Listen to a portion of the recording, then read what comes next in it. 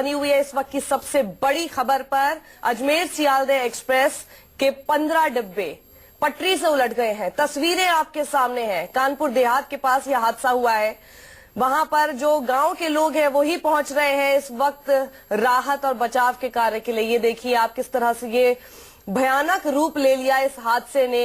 सुबह 5:30 बजे यह हादसा हुआ जब एक नहर तक में आपने देखा कि कैसे डिब्बा पलटा हुआ है। पटरी से ये डब्बे पलटे सुबह 5:30 बजे। हमारे संवाददाता अशोक तिवारी हमारे साथ है। अशोक, क्या जानकारी इस वक्त आपके पास मिल पा रही है लेटेस्ट?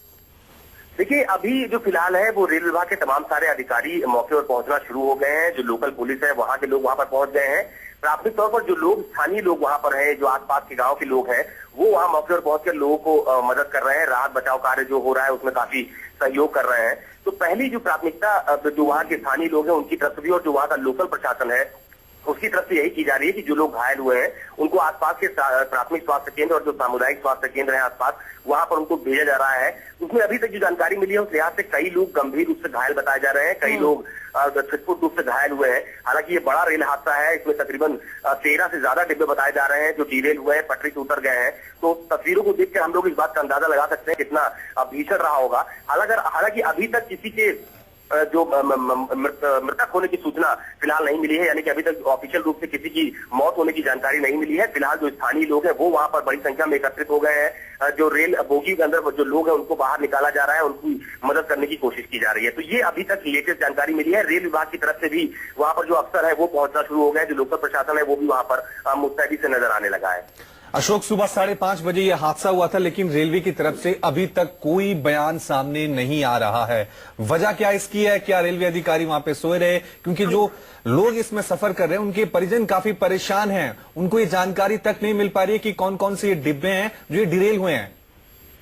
बिल्कुल ठीक बात है। सुबह से कई बार मैंने भी रेलवे के अफसरों को फोन लगाकर पूरे मामले की जानकारी लेने की कोशिश की है, लेकिन उनकी तरफ से टेलीफोन नहीं उठाया गया है। तो कुल मिलाकर ये अभी प्राथमिक तौर पर ये बताया जा रहा है कि जब ये रेल हादसा हुआ है उससे काफी देर बाद तक जो रेल विभाग के अधिकारी हैं वो इस घटना से अनजान थे। जब उनको इस पूरे मामले की जानकारी हुई है, रूरा जो रेलवे स्टेशन है वो लखनऊ से कानपुर देहात से इटावा रोड पर पड़ता है। कानपुर देहात ग्रामीण इलाका है।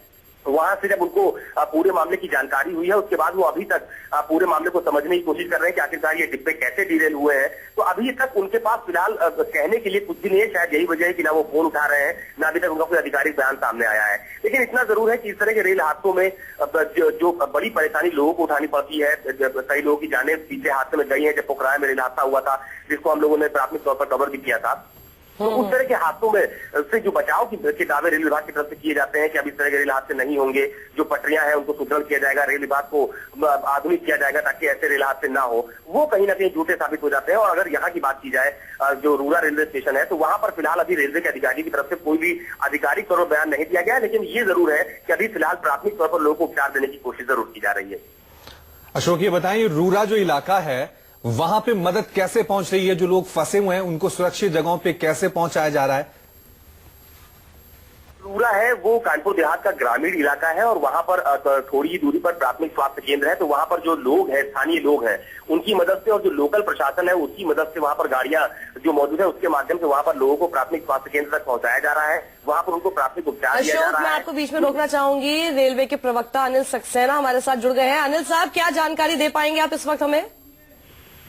देखिए, ये ट्रेन जो है 12987 सियालदह अजमेर एक्सप्रेस है, जिसकी ये दुर्घटना लगभग 5:20-5:30 के बीच में हुई है सुबह मॉर्निंग में। और ये कानपुर से लगभग 50-55 किलोमीटर दूर जगह है, कानपुर इटावा सेक्शन में। इसमें जो है शुरू के जो 5 कोचेज हैं इंजन से लगे हुए वो तो पटरी पे इंटैक्ट खड़े रहे। 6वें कोच से 20वें कोच तक डिरेल हुए ये 15 कोचेज, और 20वें कोच के बाद जो 21वें से कोच से लेकर शायद 25 से 26वां कोच है वो ठीक है, वो पटरी पे है। ये बीच के 6वें कोच से 20वें कोच के बीच में 15 कोच डिरेल हुए हैं। तो अनिल साहब, कुछ आप बता पाएंगे कि कौन सी क्लास के वो है डिब्बे हैं? क्योंकि मैं आपके साथ थोड़ी देर में शेयर करूंगा कि वो एक्चुअली वो क्लास, क्योंकि तस्वीरों में कुछ स्लीपर क्लास दिखाई दे रहे हैं। नहीं, स्लीपर क्लास हैं, स्लीपर क्लास के कोचेज हैं, S5 S6 हैं, जिसमें थोड़ी सी एलिमेंट आता भी है। लेकिन मैं आपको बता दूं अभी जो हमारे एक डिविजनल मैकेनिकल इंजीनियर ऑफिसर भी इस ट्रेन में ऑन बोर्ड से ट्रैवल कर रहे थे और उन्होंने जो इंडिकेशन साइड पे चूंकि वो हैं, उन्होंने हमें जो प्रिलिमिनरी इंडिकेशन किया है कि इसमें कोई ऐसी कैजुअलिटीज की बात नहीं नजर आ रही है। कुछ झटके की वजह से डिलीवरी में जो झटका वगैरह होता है, कुछ खरोंचियां और कुछ मामूली इंजुरीज हो सकती हैं। हमारी वहाँ एम्बुलेंसेज स्टेट गवर्नमेंट की लोकल पहुंच गई है वहाँ पर। हमारा जो कानपुर और कुंडला से मेडिकल ट्रेन है वो रवाना हो गई है, वरिष्ठ अधिकारी डिवीजन के रवाना हुए हैं और वहाँ पे जो छोटा मोटा हमला हमारा स्टेशन का होता है उसका रिलीफ और रेस्क्यू ऑपरेशन प्रारंभ भी किया है। स्थानीय लोग थोड़ा सा मदद कर रहे हैं, स्थानीय प्रशासन पहुंच गया है।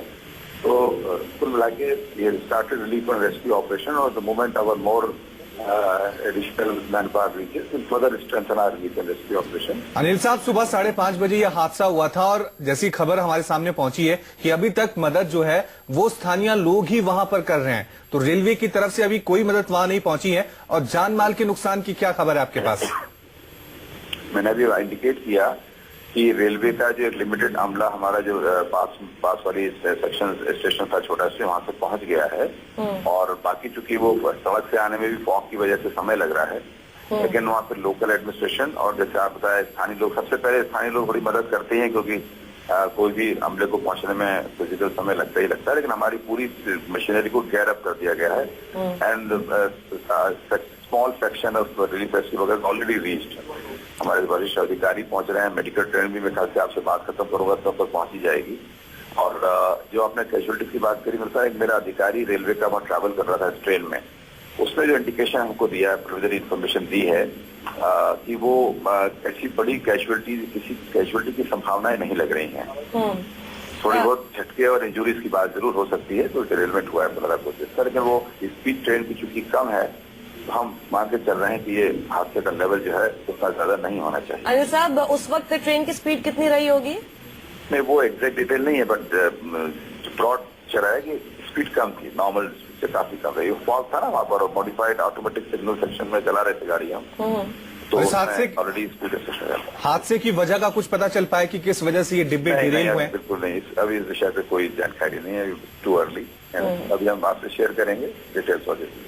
अनिल साहब, जो आप बता रहे हैं कि अस्पताल इनको पहुंचाने की कोशिश की जाएगी, कुछ आइडिया आपको कि अस्पताल कितनी दूरी पर है, कितना समय लग सकता है उन्हें ले जाने में? या वो एग्जैक्ट डिटेल नहीं, लेकिन एम्बुलेंसेज पहुंच गई हैं और एक दो जो इंजर्ड लोग थे, कुछ इनको मूव भी किया है एम्बुलेंसेज से, तो एम्बुलेंसेज पहुंच गई है हमारी और स्टेट लोकल एडमिनिस्ट्रेशन का भी अमला पहुंच गया है, रेलवे का छोटा अमला पहुंच गया है और स्थानीय लोग हैं वहाँ पर मदद के लिए। रिलीफ रेस्क्यू ऑपरेशन को गति मिल गई है, मिलने लगी। जी अनिल जी, हम बिल्कुल उम्मीद करते हैं कि जल्दी से जल्दी राहत का काम शुरू हो और लोगों को मदद जल्दी से मिले। बहुत बहुत शुक्रिया हमसे अपनी जानकारी साझा करने के लिए।